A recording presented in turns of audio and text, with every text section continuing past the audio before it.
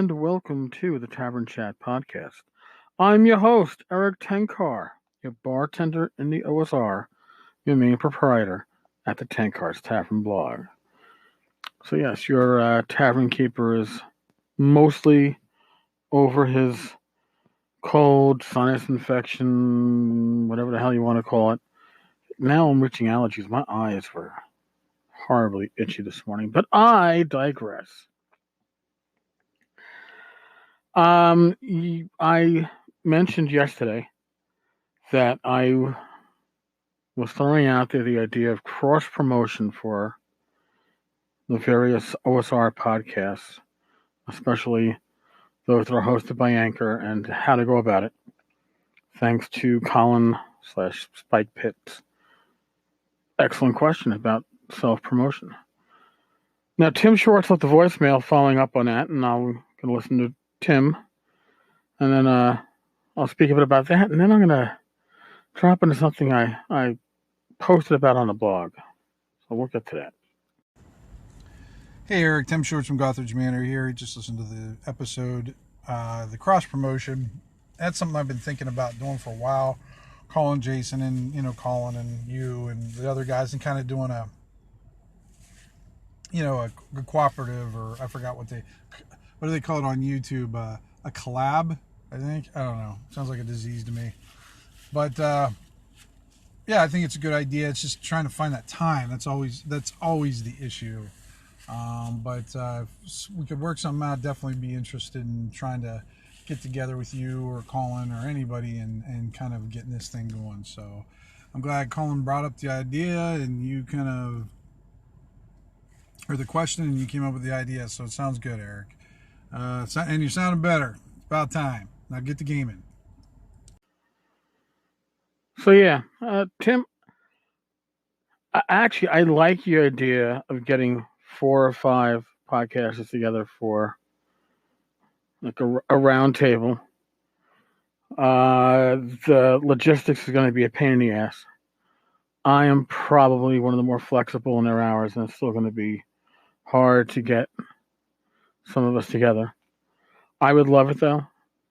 I would suggest that we host such on one of the various Discord servers that we have, so we can have like a live audience listening and get chat response and stuff like that. And I just think that makes it more fun. And then take the file, and everybody that participated in it can share it. So I would put it up on Tavern Chat. Tim would put it up on Gothridge Manor.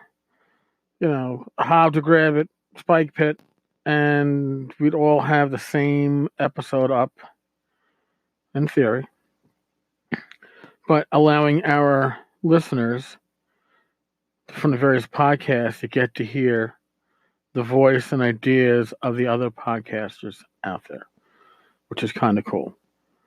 What we can also do, like my thought had been one-on-ones, because the scheduling for a one-on-one is a lot easier. So,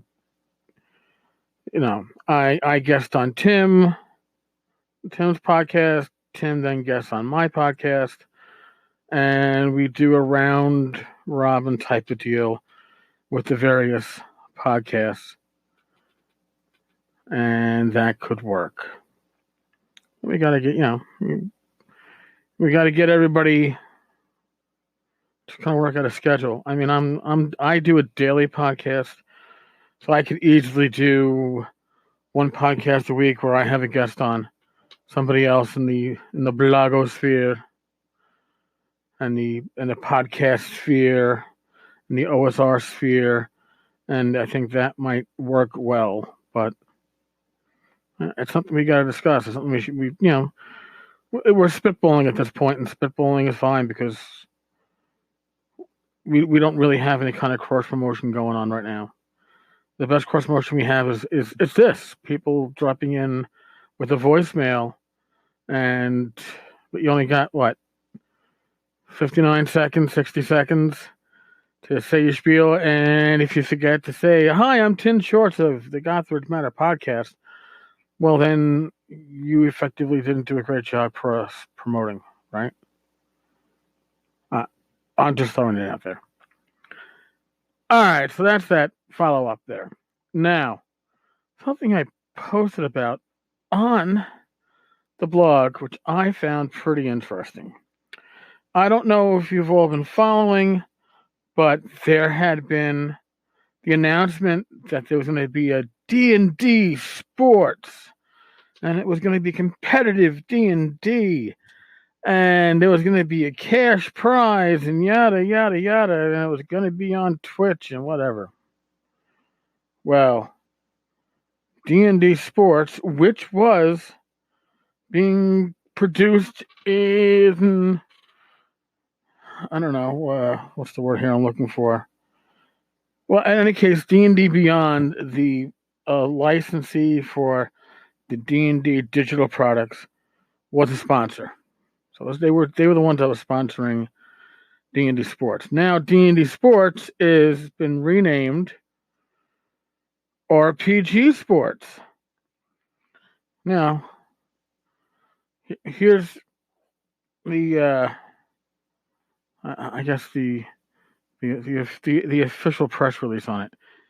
We've heard a lot of great feedback, but one thing we weren't expecting was with so being capitalized, so much interest for us to expand outside of just Dungeons and Dragons. Therefore, we've decided to broaden our approach to become RPG Sports. Now, I'm going to stop it right there. If you have the opportunity to be Kleenex or tissue paper or Xerox, like Xerox Sports or,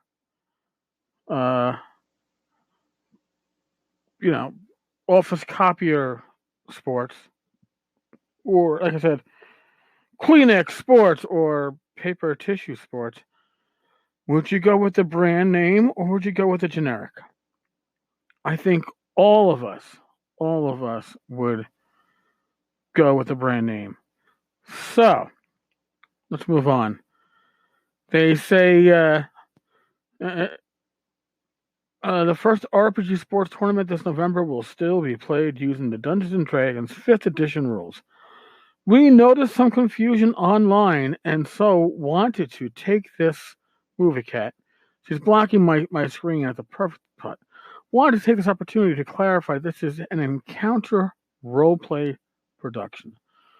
While D&D Beyond are sponsoring this tournament, Wizards of the Coast are not affiliated with RPG Sports, and obviously they weren't affiliated with D&D Sports, which makes me believe that there wasn't so much a huge interest in RPG titles outside of Dungeons and Dragons, but it was Wizards of the Coast, maybe directly by a lawyer, maybe indirectly by somebody there reaching out and saying, hey, you don't have a license to use D&D in your promotions. What are you doing?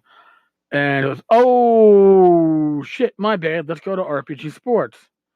Because here, even later on the same page, who was involved? The Encounter Roleplay and D&D Beyond crews have teamed up to bring this production to life. While we're playing Dungeons and Dragons, we don't have any affiliation with Wizards of the Coast. When you have to stress that you have no affiliation with Wizards of the Coast, yeah. Again, I have no insider knowledge. I just have common sense and a life of experiences dealing with shit like that. My position with the NYPD was a political position at one point. Dealing with another agency.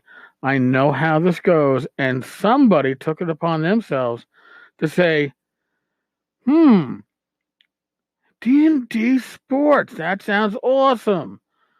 And especially since Hasbro's CEO talked about that this summer. Yeah, he was so everybody figured this is what they were talking about, right? No, this is not what Hasbro is talking about. This is not it. Okay, which means that we got something else coming up at some point for us to think about, for us to be surprised when Wizards of the Coast puts out their own iteration of this D&D tournament cross-party shit. Whatever.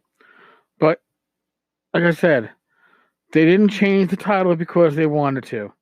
I can virtually guarantee that. Okay? My assumption, and I'm pulling this out of my ass, my assumption is that they were directly or indirectly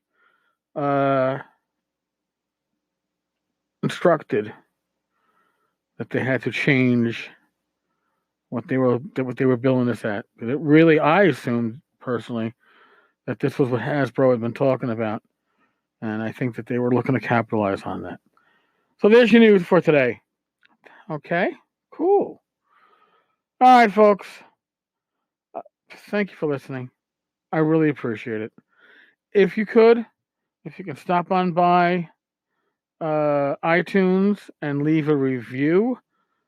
Somebody left a 1-star rating recently. It's like a little like boom bomb. But ratings don't mean much. It's the reviews that carry the weight, in my opinion. So if you could actually leave a short review, 2 or 3 sentences. If you enjoy this, if you don't enjoy this, why you're listening to it. But if you don't enjoy it, or if you're not motivated to, that's fine too. But I seriously, if you want to know how you can help the show, that's probably the easiest way you can help the show. Stay safe. God bless. Roll your dice well. And I will talk with you all tomorrow. Later, folks.